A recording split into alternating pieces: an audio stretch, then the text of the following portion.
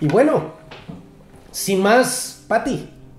Sin más preámbulos. Sin más preámbulos. Vamos con el tema de hoy. Entonces, espero que ustedes tengan su lápiz y su papel y vamos a aprender algo espectacular hoy. Sí, hoy hay un tema muy interesante. Se llama adversarios de mi alma. Yo creo que todos tenemos un adversario que nos roba la paz, que nos roba la tranquilidad, que nos roba la salud. Entonces necesitamos realmente entender qué es lo que estamos viviendo, qué es lo que estamos experimentando para identificar o discernir si el enemigo está atacando nuestra alma. Ya sea un diagnóstico clínico, Sí. ya sea un problema económico, una situación financiera crítica, tal vez desempleo, sí, tal vez una crisis familiar, tal vez ustedes como pareja estén bien, pero alguien de su familia está enojado por alguna situación, ¿verdad? Y cualquiera sea la circunstancia, usted y yo debemos estar alertas y muy cuidadoso para que el enemigo no ataque nuestro interior, nuestra alma. Por eso este tema se llama adversarios de mi alma. ¿Y cuáles son esos adversarios? Pues está en primer lugar la incredulidad. La incredulidad, que yo creo que es el adversario más agresivo. Y ahorita más. Y ahorita más. Ese es el adversario más agresivo que nosotros tenemos. Porque el diablo quiere robarnos la paz, la fe, a como de lugar. Recuerden lo que les he enseñado una y otra vez. La Biblia dice que sin fe es imposible agradar a Dios. Y por eso el diablo va a hacer hasta lo imposible por robarnos la fe que tengamos. No importa si su fe es pequeña, mediana o grande. Realmente Dios no mide eso. Porque la fe es un regalo, es un don de Dios que viene por medio de su Espíritu Santo. De modo que cualquiera sea el grado de tu fe, es la fe que usted necesita para salir adelante de los problemas, para salir adelante en las circunstancias difíciles y sobre todo para agradar a Dios. Pero cualquiera que sea tu fe, el diablo la va a querer robar, se la va a querer quitar. Entonces el primer adversario de nuestra alma se llama la incredulidad, y en segundo lugar el dolor. El dolor. Cuando vienen ataques que van a minar tus pensamientos, tus emociones, tus sentimientos, eso va a producir un dolor. Y el diablo es experto en eso. Va a producir un dolor. Y ese dolor se puede convertir en un adversario de tu alma. Usted se va a sentir mal, se va a sentir triste, enojado, ¿sí? Entonces, apaguen los micrófonos, por favor. Gracias. Asegúrense que estén cerrados. Gracias. Entonces, cada vez que usted es herido, molestado, ofendido, criticado, rechazado, usted va a tener un dolor. Y el que diga que no, yo no considero que esté viviendo una realidad. Porque nosotros somos emocionales. Somos seres emocionales. Y la crítica nos duele, ¿cierto? El insulto nos duele. Entonces ese se puede convertir en otro adversario de nuestra alma. Y en tercer lugar, la decepción. La decepción puede ser otro adversario de tu alma. Cuando usted se siente decepcionado porque no vio el fruto que esperaba, no encontró el resultado que tanto buscaba, no obtuvo lo que tanto soñó. Sí. Cuando usted ve que su pastor es humano, que su líder no sirve para nada, eso trae decepción. Eso trae decepción. Usted va a decir, ay, yo pensé que este man sí iba a orar por mí, y vea, ni siquiera ora por mí. Ahora, sí oramos por ustedes, pero muchas veces la decepción no es por las cosas que yo hago o las cosas que usted piensa, sino por las artimañas del diablo, que va a hacer que haya siempre un roce, un choque. Porque el plan del diablo es matar, robar y destruir. Y destruir. Entonces encontramos una cita bíblica que es impresionante, el Salmo 143. 143. Y es 143, 12. Dice: por tu misericordia disiparás a mis enemigos y destruirás a todos los adversarios de mi alma. ¡Wow! ¿No? Y ese es el título de nuestro tema. Destruirá a todos los adversarios de mi alma, porque yo soy tu siervo. Yo soy tu siervo. Increíble, ¿no? Eso es lo que encontramos en Salmos. Una promesa impresionante. Por tu misericordia disiparás a mis enemigos. O sea, la Biblia dice que Dios, el salmista, clama y dice: levántate, Señor. Por favor, levántate, y que sean esparcidos todos tus enemigos. Y esto es lo que hace Dios. De modo que si ha venido a su vida un espíritu de esos, porque esos son espíritus, esos son movimientos diabólicos, son engendros del diablo que vienen a robarnos la paz que Dios nos da, a robarnos las promesas, a robarnos el bienestar, a robarnos la salud, a robarnos el patrimonio mayor que usted y yo tenemos, que es la familia. Ese es el patrimonio más grande que usted como hombre o mujer pueda tener en esta tierra. El patrimonio no son los carros, no son las casas, no son las bicicletas, no son nada de eso. El verdadero patrimonio que usted tiene, que es bajado del cielo y otorgado por Dios, se llama la familia. Y es por esto que el enemigo lo primero que quiere atacar es la familia. Es la familia. Y va a usar a los mismos miembros de la familia para traernos incredulidad, dolor y decepción. Y creo que duele más cuando es alguien de la familia. Pero le pasó a David, ¿no? Al rey David. Él tuvo una decepción terrible. Y tuvo un dolor, ¿no? Y tuvo una incredulidad de ver que su... Y una decepción. Al ver que su propio hijo, Absalón, se puso en contra de él, ¿no? Y esta oración que encontramos en el Salmo 143, 12 es una oración de súplica, porque ¿a quién tenemos que acudir cuando tenemos estos sentimientos? Directamente acudir a Dios. Muchas veces buscamos solucionar esta decepción, este dolor, peleando, con enojo, alejándonos de la iglesia, volcándonos de pronto en el licor o que sé, unos escapismos. Cualquier cosa, sí. No, escapismos que no son los correctos. Entonces en este salmo encontramos que David, ¿qué fue lo primero que hizo? Una oración de súplica a Dios, porque Dios está ahí para ayudarnos. Y era una súplica frente al peligro de la muerte que él tenía, ¿no? Entonces David, yo creo que David fue uno de los personajes de la Biblia que más peligros enfrentó. Decepción de su hijo. Luego el rey Saúl lo quería matar.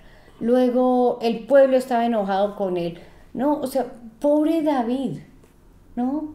Pero es un claro ejemplo que nos ayuda a encontrar la respuesta que podemos encontrar en Dios. Ahora, vemos aquí que él cuando ora dice que soñaba o anhelaba que se fuera su angustia. Estábamos hablando con Patti y nos dimos cuenta que David no era un hombre miedoso. David era un guerrero. Él desde jovencito se había enfrentado a grandes peligros. Acuérdense que cuando él estaba cuidando las ovejas, él se enfrentaba al oso, al león. Y dice que cuando uno de estas fieras agarraba una de las ovejitas y se volaba, él salía detrás, los alcanzaba y mataba. O sea, David era un guerrero. Sin embargo, aquí en esta situación vemos que él clama para ser libre de su angustia, de ese adversario. ¿Por qué tenía tanta angustia? Pues porque era un problema que estaba teniendo en el núcleo familiar. Un problema familiar. Con uno de sus hijos. Con uno de sus hijos. Y yo sé que, obviamente, guardando las proporciones de las circunstancias, todos aquí hemos tenido algún conflicto con uno de nuestros hijos. Una diferencia de opinión, de concepto, de posición, de pensamiento, a veces hasta doctrinales o de fe. Sí. Pero hemos tenido ese tipo de conflictos. O con un hijo, o con la esposa, o con el esposo, o con lo que sea. Y esto produce angustia.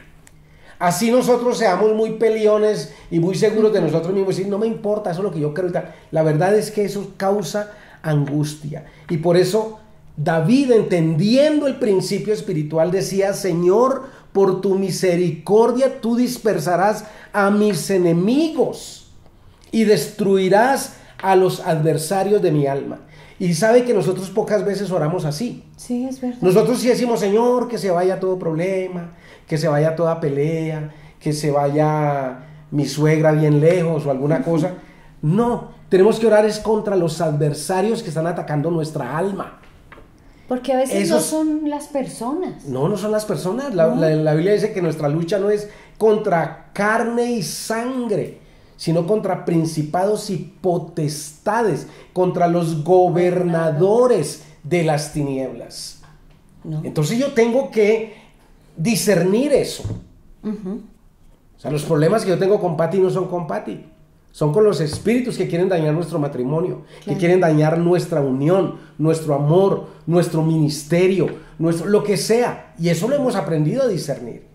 Y tenemos que orar: Señor, disipa a todos los adversarios de mi alma, porque soy tu siervo. Y yo sé que la mayoría de los que están aquí conectados, algunos no, pero la gran mayoría son servidores de la iglesia. Son hombres y mujeres que han dedicado sus vidas para servir al Señor. Por eso se han convertido en candidatos para ser atacados por el enemigo. Y por eso hay charlas como esta, donde les animamos a no darle lugar a ese tipo de ataques que vienen a través de los problemas o las diferencias de opinión. David estaba seguro de que detrás de esta situación que estaba viviendo con su hijo había un enemigo mayor, ¿sí? Y ese enemigo mayor es el diablo. Tú disiparás a mis enemigos. Entonces, ¿qué fue lo que hizo David, ¿no? con este salmo? Entonces, primero, David acude a la gracia de Dios. Esto lo encontramos en el versículo 2. Wow. David, ¿qué hizo? Se fue de la iglesia, se fue de delante de Dios. No, él más bien, ¿qué hizo? Acudió a la gracia, y un sinónimo de gracia es a la misericordia de Dios. Luego, ¿no? En el verso 3 encontramos que David le habla a su enemigo. Ahora, ¿cuál era el enemigo? Lo que estábamos hablando ahorita. No la persona, sino el espíritu que está detrás. Le habló con autoridad. Con autoridad, sí. ¿No? Diciendo: todo enemigo se tiene que ir. Y siempre cuando dice que él acudió a la gracia de Dios, él se dio cuenta que el único poderoso es Dios. Si es lo que nosotros les decimos a ustedes esta tarde. Hay poder en el nombre de Jesús. Por eso no deje que el diablo se anide ni en su pensamiento, ni en su entorno. Repréndalo. David decía, por tu nombre, en la oración decía, por tu nombre, por tu justicia y por tu misericordia, vivifícame y sácame de la angustia. Miren qué versículo tan poderosos, amados. Por tu nombre, hay poder en el nombre de Jesús. Por tu justicia, o sea, usted y yo somos justos delante de Él. Por tu misericordia, Sí. usted y yo somos beneficiarios de esa misericordia. Vivifícame. ¿Quién nos vivifica? El Espíritu Santo. Él es el que nos vivifica. Él es el que cuando el diablo le dice a usted que usted no sirve para nada, el Espíritu Santo le dice: usted es hijo de Dios, usted es un príncipe, usted es una princesa. Cuando usted se cree incapaz, el diablo le revela a través de la palabra: todo lo puedo en Cristo que me fortalece. Es que tenemos que pegarnos a las promesas. Claro, David. entonces, por eso él decía: vivifícame y sácame de la angustia. Sácame de la angustia. En conclusión, tenemos que acudir a Dios y pedir que la intervención de Dios actúe frente a cualquier situación de incredulidad, de dolor, de decepción o de angustia.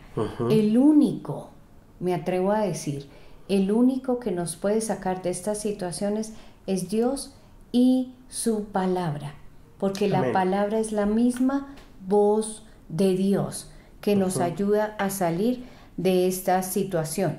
Entonces, el Salmo 143 vale la pena que ustedes lo lean completo y, Sí. lo analicen, ¿no? Sí, es Versículo por versículo, porque nos puede afirmar y reconocer que Dios es el que está y nos puede ayudar en contra de nuestros enemigos y adversarios de nuestra alma. Ahora, en nuestra alma es donde encontramos la esencia de nuestro ser. Allí encontramos lo que pensamos, todos nuestros pensamientos, buenos, malos, forman parte de nuestra alma. Está todo lo que sentimos, también lo bueno, lo malo. Está allí en nuestra alma. Está también lo que decidimos. Está nuestra voluntad, ¿sí? Y la verdad es que Dios anhela reinar en todas estas áreas de nuestra vida. Dios desea ser el Señor de todas estas áreas, porque es que muchas veces hemos visto que nosotros hemos sometido nuestro ser, o sea, nuestro cuerpo y nuestro espíritu que está dispuesto, ¿sí? Y entonces nos congregamos y vamos a la iglesia, escuchamos los cultos, venimos al grupo de conexión, vamos a la oración y obedecemos todas estas cosas, pero difícilmente sometemos nuestra alma. ¿Por qué? Porque nos enojamos fácilmente, porque tenemos una manera de pensar que es difícil de doblegar. Es que yo soy así, es que así somos los bayunos y de malas y no le gusta, y es que así somos los venezolanos. A propósito, estoy viendo a mis coordinadores aquí. Bienvenidos al grupo. Bienvenidos nuestros coordinadores, Gustavo y Micaela, los amamos con todo el corazón. Qué alegría verlos. Entonces, lo que sentimos, lo que pensamos, lo que decidimos, o sea, nuestra voluntad, difícilmente la sometemos al señorío del Señor. Y ahí es donde aprovecha el diablo para dañar esa parte esencial de nuestro ser y esclavizarnos, apartarnos, desanimarnos y robarnos la fe. Es por eso que encontramos el ejemplo de David, que él tenía muy claro que iba a presentar dificultades. Y todos vamos a enfrentarnos a dificultades, ¿no? Sí. En el mundo tendremos aflicciones, pero ¿qué tenemos que hacer? Confiar en Dios. Ya cuando estemos en la eternidad, allá no habrá ni llanto ni dolor, sí. Allá no habrá dificultades, pero mientras estemos aquí en la tierra, vamos a enfrentar dificultades. Entonces, tenemos en Filipenses 4:7, dice: y que la paz de Dios, que sobrepasa todo entendimiento, guarde sus corazones y sus pensamientos en Cristo Jesús. Wow. Nuestro entendimiento, nuestro conocimiento, nuestros pensamientos, Wow. ¿no? Lo que está en nuestro corazón también, ¿no? ¿Qué debemos hacer? Llevarlo a Cristo Jesús, porque Él es el único que puede darnos la paz que sobrepasa todo entendimiento. Puede ser que no vamos a entender muchas cosas a las cuales nos vamos a enfrentar. ¿Por qué? Porque nuestra mente es finita. Pero si tomamos la decisión de entregar todos nuestros pensamientos en Cristo Jesús, entonces vamos a lograr la victoria. También en Gálatas 5, 22, 23 dice, esto es interesante, ¿no? Mas el fruto del Espíritu es amor, gozo, paz, paciencia, benignidad, bondad, fe, mansedumbre y templanza. Lo increíble es que esto es el centro en lo que debemos pensar. Es que cuando nosotros analizamos el fruto del Espíritu en nuestras vidas, nos damos cuenta si verdaderamente vivimos en el Espíritu. Y es un análisis que cada uno debemos hacernos diariamente, en todo momento. ¿De verdad soy yo un hombre espiritual? ¿Soy una mujer espiritual? ¿Gobernado por el Espíritu? Entonces, usted no necesita que alguien se lo diga. Usted solo puede hacer este análisis frente a este pasaje que está en Gálatas, que acaba de leer Patis, Gálatas 5:22. Dice, el fruto del Espíritu es amor. ¿Soy yo una persona amorosa? ¿Amorosa con mis semejantes? ¿Soy lo suficientemente amoroso con mi esposa? ¿O soy amoroso con mis hijos? ¿O si soy un hijo, soy verdaderamente amoroso con los padres? ¿O soy de esos que siempre están envenenados con sus padres? Y siempre dicen, es que mi papá fue esto y mi mamá fue aquello. Y es que usted no sabe lo que yo sufrí cuando fui niño. Pero la verdad, como dice la palabra del Señor, el amor cubre multitud de defectos y multitud de pecados. Entonces el examen en esta noche es, ya antes de irnos, es, ¿de verdad yo soy una persona amorosa que muestra ese fruto? ¿Pueden ver en mí esa persona que no solamente es amoroso, sino tiene gozo? Usted sabe si es gozoso o amargado. Claro. Eso lo sabe cada uno. Sí. Cada uno. Que se nos note la alegría. Sí, ¿será que yo soy una señora amargada? ¿Cierto? Yo tengo que analizarme. Y si estoy fallando en una de estas facetas, yo tengo que pedirle al Espíritu Santo, necesito más de tu gozo. Necesito más de tu amor. Es tan difícil amar a mi enemigo o a mi vecino o a mi marido. No sé, pero tiene que poner esa tabla, paz. Yo tengo la paz que sobrepasa todo entendimiento, o ando en angustias, camino para arriba y para abajo lleno de miedos, de temores, de problemas, o tengo la paz de Cristo. Soy una persona paciente. Ese es el fruto del Espíritu. O quiero las cosas ya y me desespero cuando las cosas no salen como cuando yo quiero. Soy una persona benigna que piensa bien de los demás, claro. Piensa bien de los demás, o siempre estoy sospechando de todo el mundo. ¿Sí? Soy una persona bondadosa. Soy una persona de fe. En fin, cada uno tenemos que hacer un análisis personal. Y estos frutos del Espíritu, como dice ahí, deben morar en nosotros. ¿Cómo pueden morar en nosotros? Si le permitimos al Espíritu Santo que nos guíe. Y como dice el Salmo 32:8, porque a veces decimos, no, pues es que eso es tan difícil o tan complicado. No, el Salmo 32:8 nos da una esperanza. 32:8 dice, yo te instruiré. Yo te mostraré el camino que debes seguir. yo te daré consejos y velaré por ti. Tenemos Wow. al Espíritu Santo. El problema es que lo tenemos arrinconado.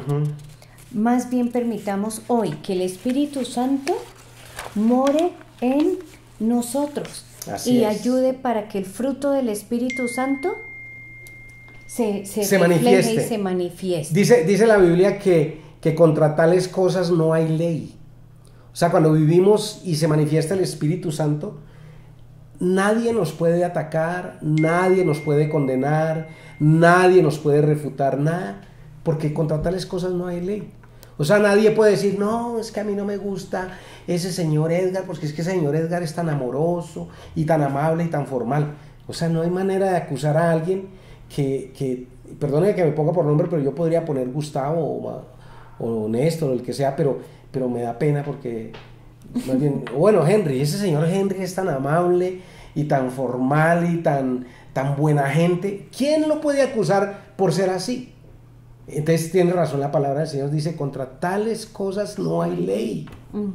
No hay ley. Entonces, debemos cuidar estas armas que quieren lastimarnos, ¿no? La incredulidad, ¿no? No confiar en Dios. No confiar en Dios es pecado. No, ¿No? así es. Debemos confiar en Dios. ¿No? Dice, pedid y se os dará, buscad y hallaréis, Wow. llamad y se os abrirá, porque todo aquel que pide recibe, y el que busca halla, y al que llama se le abrirá. ¿No? Entonces, ¿qué debemos hacer cuando llega la incredulidad? Pedirle al Señor, permite que yo tenga la fe como la del grano de mostaza, ¿no? Pedir y se nos dará.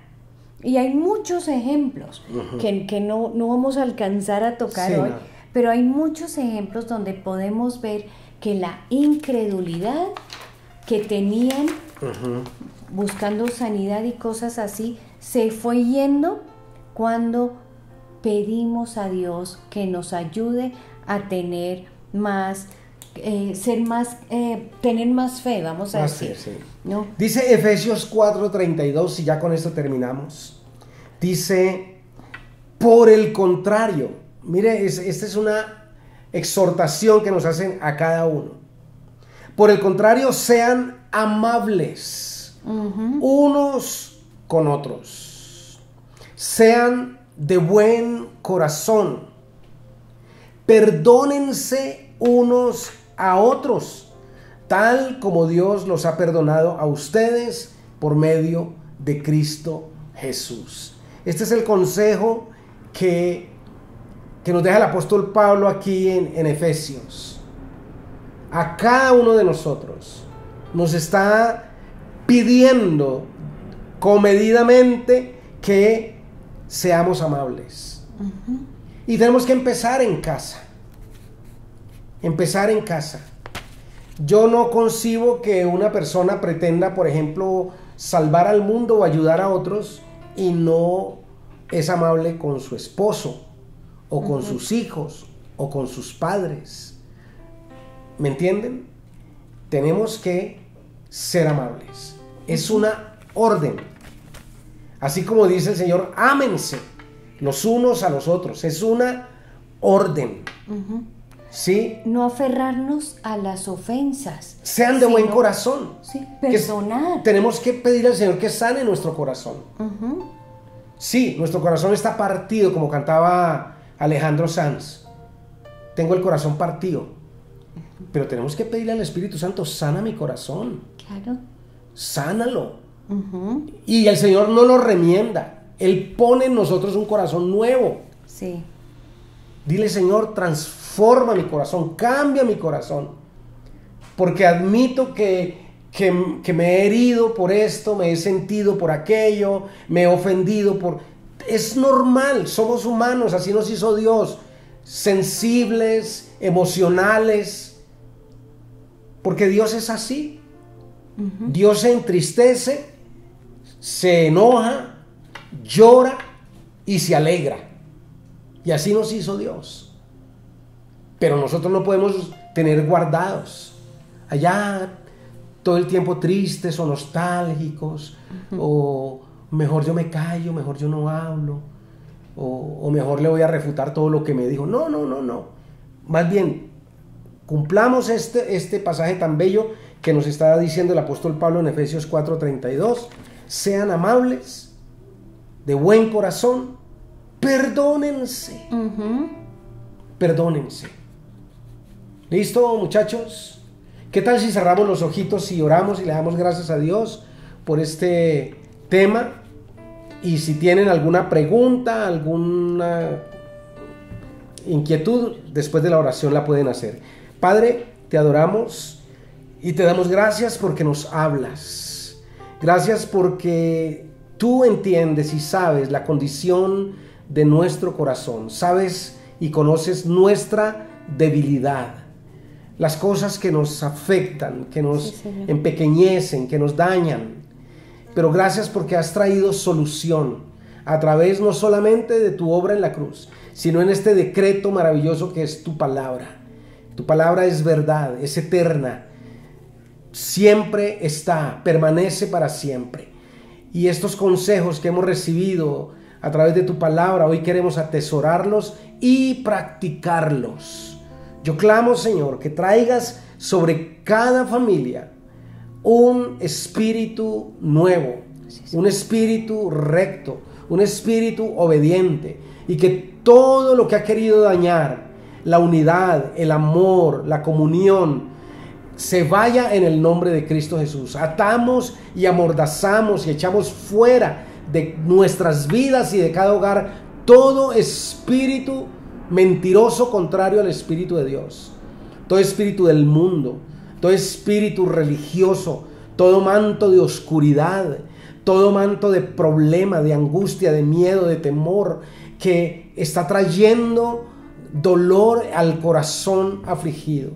Tú eres el Dios de toda consolación, dices en tu palabra, y yo clamo que tú traigas consuelo a esas vidas, a esos corazones. Gracias, Señor, porque tú eres bueno. Y Señor, te damos gracias Aleluya. porque tú traes perdón. Sí. Gracias porque tú fuiste el primero que nos perdonó. Amén, así y Señor, es. yo te pido que nos ayudes a tomar la decisión de perdonar. Amén. De no estar siempre recordando las fallas, sino que podamos perdonar a cada persona que nos ha lastimado. Señor, te damos gracias porque por medio del perdón tú nos vivificas. Sí. Y gracias, Señor Jesús, porque tú eres el que nos respalda y siempre estás con nosotros. Sí. Por eso te damos gracias en el nombre de Cristo Jesús. Amén. Amén.